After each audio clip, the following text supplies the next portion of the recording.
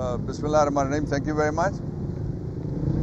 First of all, I, on behalf of Mr. Imran Khan and the journalist community, I raised very serious objection upon non-access being given to the international media. BBC Urdu was here, BBC English was here, Voice of America was here, English and Urdu both, and other international outlets of the medias represented by these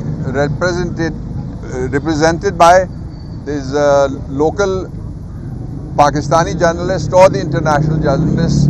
We objected that it's the order of the Islamabad High Court which is not being complied, and all media outlets are not treated at par. Few people went, few people were kept outside. So یہ پہلا اعتراض تھا.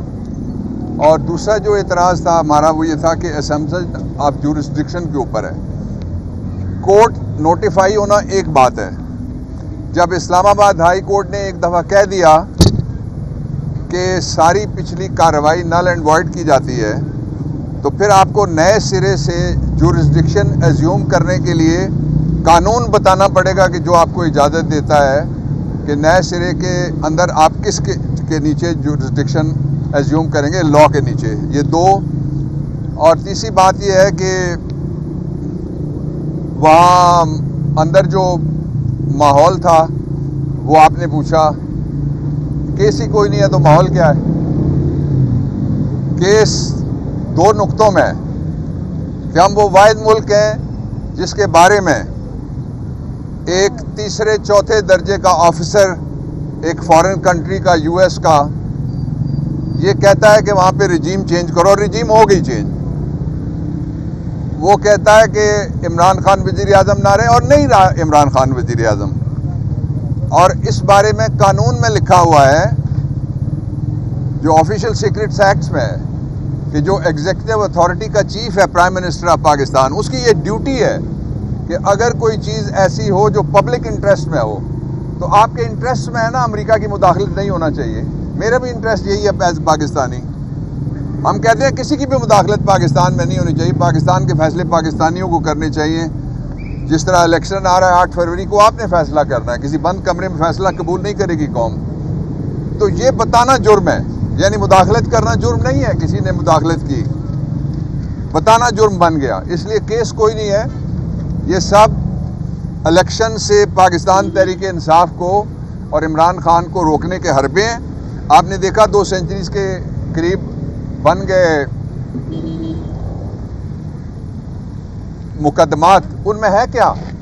ان مقدمات کو بنانے کے بعد بھی عمران خان کے مالی کی ضرورت ہے، عمران خان کے گارڈ کی ضرورت ہے، عمران خان کے باورچی کی ضرورت ہے، عمران خان کے چوکیدار کی ضرورت ہے جو گواہیاں دیں. اور بھی مجھے پتہ لگا ہے کہ کچھ لوگوں کو تیار کیا جا رہا ہے جو آ کے اسی طرح کی سٹوریاں بیان کرنے. میں ان کو جو آنے والے ہیں اور جو نہیں آنے والے سب کو میں ملا کے کہتا ہوں، ان سب کو، کہ پاکستان کے لوگ یہاں سے آگے گزر گئے. میں نے آج عمران خان صاحب سے بھی جب سیاسی گفتگو کا ایک پورشن تھا میرا ان کا، اس میں نے ان کو پارٹی کے بارے میں بتایا، اور میں نے کہا کہ مجھے یہ لگتا ہے پہلی دفعہ کہ ہم سارے پیچھے رہ گئے، قوم آگے نکل گئی ہے. جب قوم کو یہ کہا جائے گا ساڑھی گل ہو گئی ہے، تو قوم ووٹ کی، اپنے ووٹ کی بے توقیری اور توہین سمجھتی ہے اس کو. اس لیے کہ کسی گل پہ کسی کو اقتدار پاکستان میں منتقل کرنے کی کوئی پروویژن آئین کے اندر موجود نہیں ہے. اور پھر جس طریقے سے ایک ایسے صاحب کو لایا گیا جو 1981 میں پہلی دفعہ ملک کے سب سے بڑے صوبے کے وزیر اعلیٰ بنے تھے. کیا دیا انہوں نے؟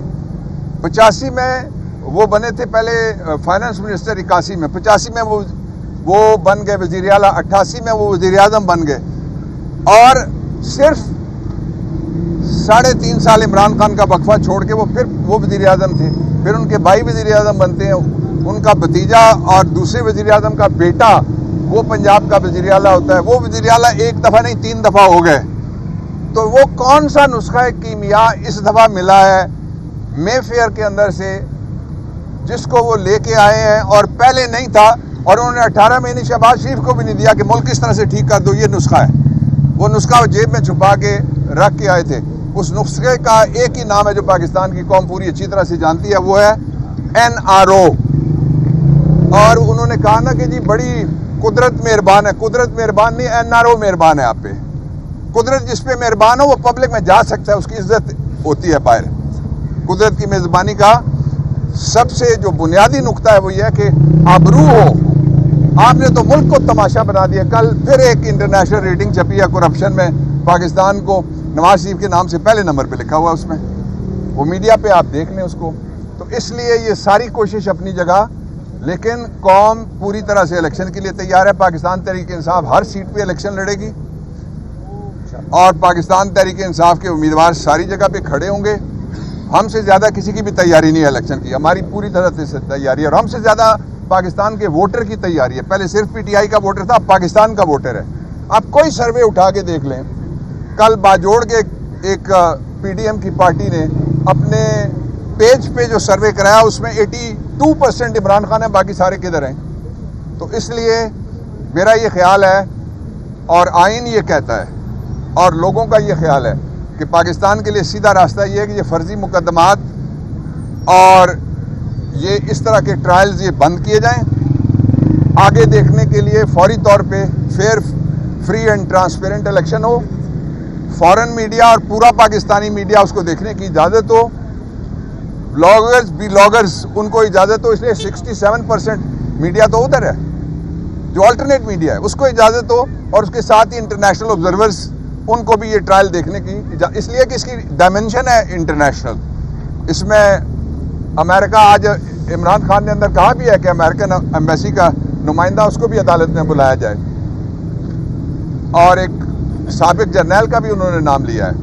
جو اصل ایشو ہے وہ یہ ہے کہ اس ایکسرسائز میں سے جو وچ ہنٹ کی ہے 1967 میں ہم نے شروع کیا تھا, جو مشرقی پاکستان کے اندر اس طرح کا اگرتلا سازش کیس. تو اس کا نتیجہ کیا نکلا جا کے؟